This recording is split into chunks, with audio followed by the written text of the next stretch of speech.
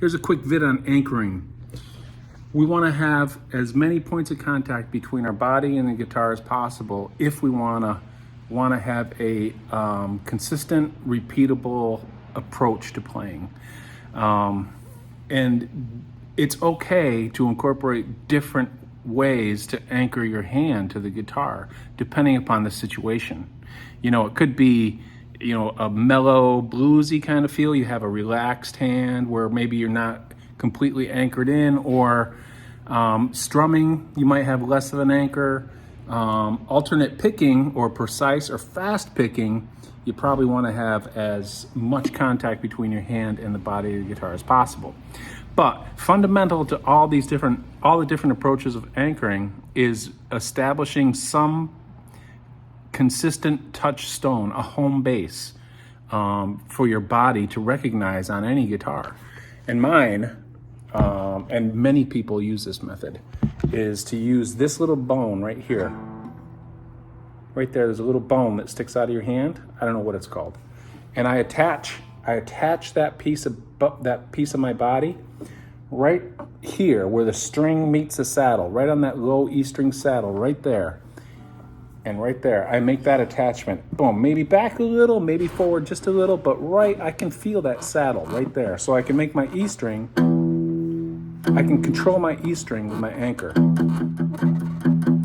And if I want it to ring out, I might lift if I'm strumming.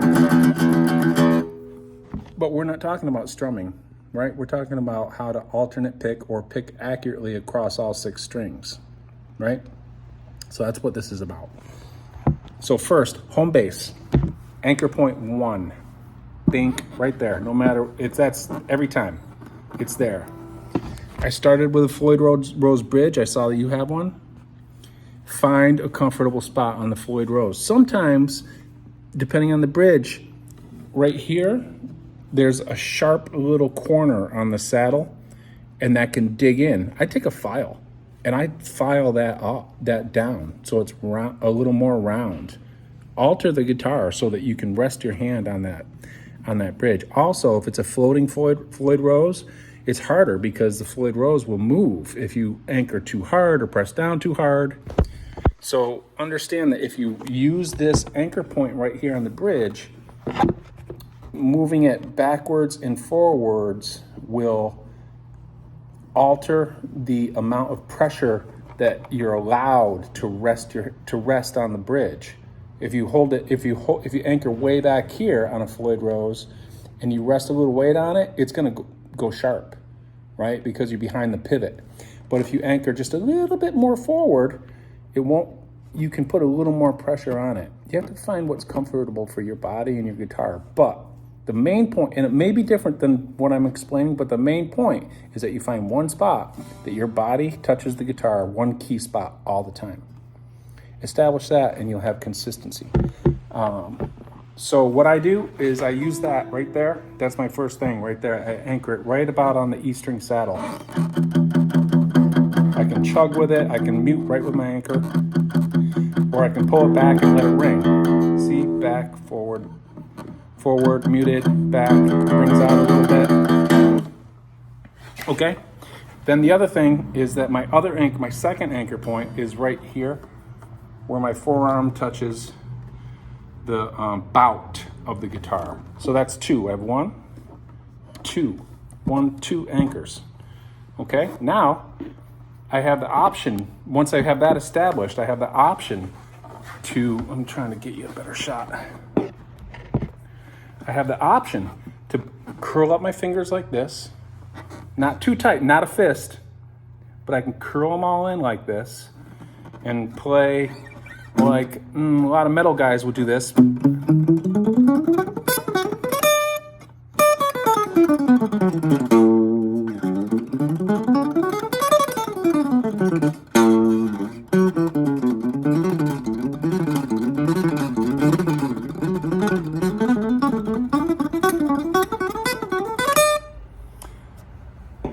But for me, I don't like my hand all balled up like that all the time. Sometimes I like these fingers to come out, especially on the upper strings. So my anchoring will actually change so that sometimes I have 1, 2 points of contact especially on the lower strings like this.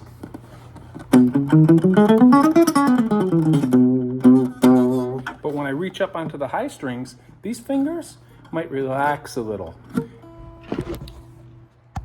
Let me demonstrate. They might relax a little up here on these higher strings.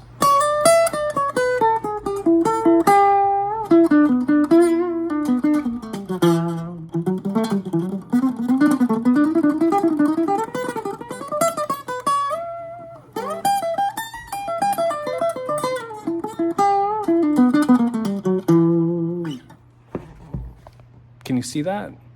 How these fingers are loose on the top strings? And then when I have to pull my hand back to get at the top strings, they kind of come up.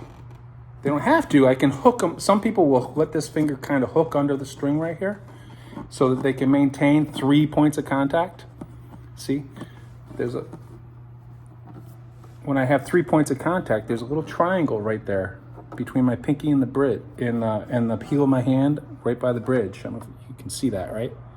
See that? Now I have 3 points of contact. Got my forearm, my little bone in the palm of my hand, and my fingers on the guitar. Look, how stable is that? That's super stable and consistent. So I like that. And I do it when I can.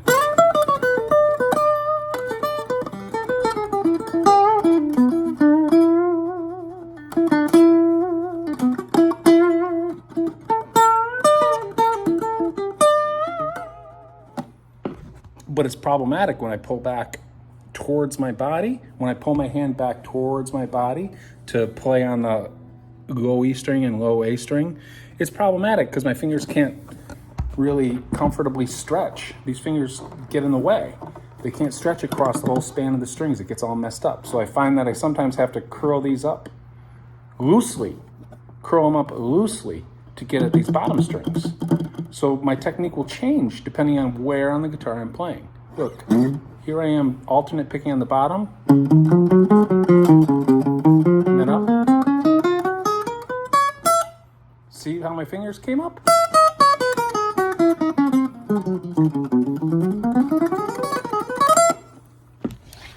I'm not consciously releasing my fingers and tightening them up. All that I'm thinking about is how to best keep my right hand relaxed as possible.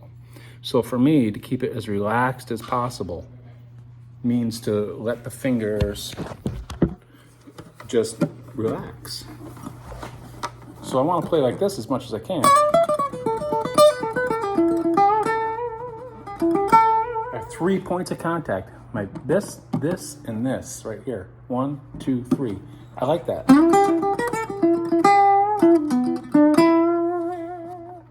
But as you are learning, when you get to the low E and A string, it doesn't work that great with the pinkies and middle ring finger down here because you just can't reach. So it's okay to change your technique. No one technique is going to cover the whole guitar. Just be versatile. I'm out of tune, sorry.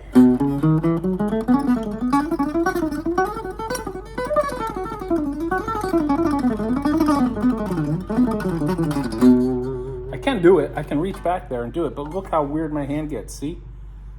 It's kind of weird. And look how I have to draw. If I keep this finger down here and go to alternate pick down here, watch. I'm sorry about my camera. I'm just trying to knock this out quick.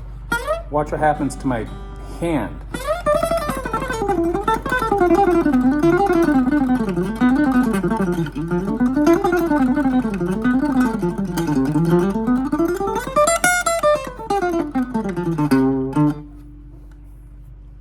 I'm playing a little sloppy because I'm not warmed up. I just picked it up.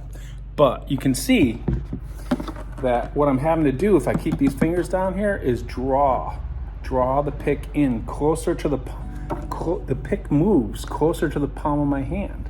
So I'm not only trying to slide my hand back and forth a little bit on the bridge, I'm also drawing it in as I come up to the top strings. And as it gets down to the higher E and B string, I'm more relaxed.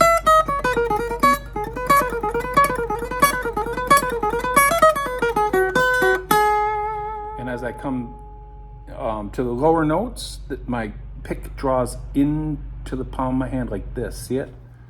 See it drawing in? Watch. I'm loose. And then draw.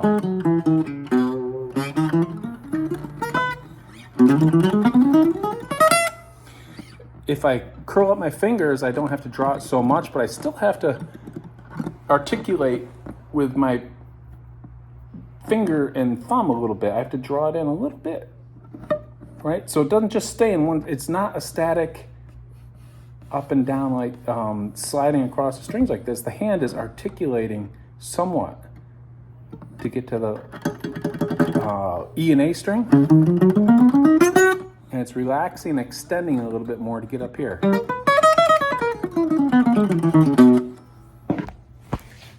I hope this helps, and I hope it offers you some options. I hope that you can take, something away from this. But the main thing, really, I feel, is to first listen to your body. If it hurts, it's no good. Because everybody's hand is slightly different. Everybody's bones are a little different. Nobody can tell you this is the way, okay? You have to listen to your own body. But one thing that is true is it's very important to find a home base on your guitar, a connection between your hand and the guitar, so that when you put it down, your body can learn where the strings are based on that point of reference. And again, mine and most people's is right here to here, right in there. If it hurts your hand or your bridge is sharp, get the file. It's okay. I hope this helps you, and good luck.